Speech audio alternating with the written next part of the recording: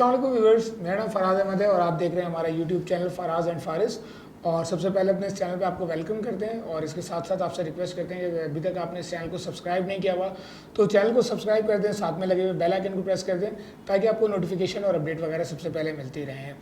इस चैनल के ऊपर हम लोग जो है फ्रीलांसिंग और उसके अलावा जो है वो डिजिटल मार्केटिंग और मेक मनी ऑनलाइन से रेलिवेंट बहुत सारे टॉपिक्स कवर करते रहते हैं। तो अगर आप पैसे बनाना चाहते हैं, इंटरनेट पे घर बैठे पैसे कमाना चाहते हैं, तो आप इस चैनल को ज़रूर सब्सक्राइब करें। और साथ साथ जो है वो हमारे पास काफ़ी सारी वीडियोज़ हैं जिनसे आप बहुत कुछ सीख सकते हैं। और इसके अलावा आने वाले दिनों में भी हमारा बहुत सारा कंटेंट आने वाला है जिससे आपको इंशाल्लाह बहुत फ़ायदा हो। तो अगर अभी तक आपने इस चैनल को सब्सक्राइब नहीं किया हुआ तो चैनल को सब्सक्राइब कर दें।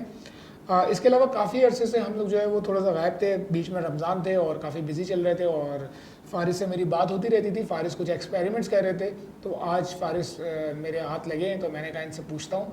तो फ़ारिस आप क्या एक्सपेरिमेंट्स कर रहे थे? काफ़ी अरसे से आप गायब थे और काफ़ी दिनों में आप कुछ काम वाम कर रहे थे, तो वो क्या कर रहे थे हमारे व्यूअर्स को बताएं। आजकल आपको पता है एक बूम चला हुआ है, मैं नाम तो नहीं लूँगा, अगेन हमारी ऑडियंस तो बहुत छोटी है उनके मुकाबले, लेकिन अगेन हम किसी को प्रमोट नहीं करते। भाई एक बूम चला हुआ था, मैंने कहा यार ये क्या मसला है। अच्छा ये चीज़ मैंने कभी की नहीं थी, तो मैंने कहा चलो इसमें थोड़ा सा जंप इन होते हैं, इसको देखते हैं करके।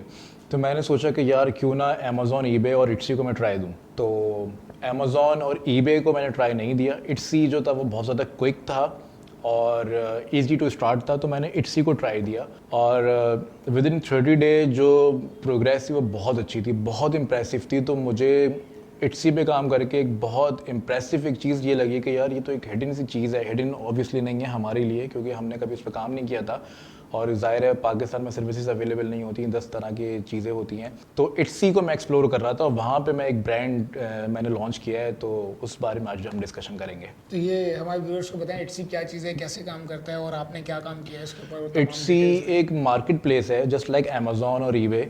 इट्सी पे होता है कि एक प्लेटफॉर्म है, वहाँ पे सेलर जाता है, अपने आप को रजिस्टर करता है, अपना प्रोडक्ट जो है वो डिस्प्ले करता है। जस्ट लाइक दराज आप ले लें, वहाँ पे आप डिस्प्ले करते हो अपना प्रोडक्ट और वहाँ से जो भी सेल आती है इट्सी अपना कुछ कमीशन रखता है और आप अपना प्रोडक्ट जो है बायर को शिप करते हो और इट्सी पे आपको अपना वो पे आउट दे देता है। तो इट्सी पे मैं बेच रहा था लेदर की प्रोडक्ट्स। अच्छा लेदर की प्रोडक्ट्स में क्या वो मैं नहीं बताऊँगा, लेकिन लेदर गुड्स में सेल कर रहा था क्योंकि लेदर की हमारी अपनी प्रोडक्शन है। एक दो ब्रांड हमने लॉन्च कर दिए हैं, एक जर्मनी में हमने लॉन्च किया है, एक यहाँ पे। तो हमने कहा यार इसको इट्सी पे टेस्ट करें। अगेन ऑफ सीज़न, अगेन एक नया एक्सपीरियंस, लेकिन उस पर यह था कि भाई रेवेन्यू अगर वाइज हम बात करें तो एक पूरा बिजनेस सेटअप करने में जो खर्चा होता है जेब से, वो पहला महीना ऑफ सीज़न में इतना डेटा आया, इतनी सेल्स आई कि आप ब्रेक इवन पे आ गए। तो जो बिजनेस आपने दुकान अपनी खोली वो आपको फ्री ऑफ कॉस्ट पड़ गई।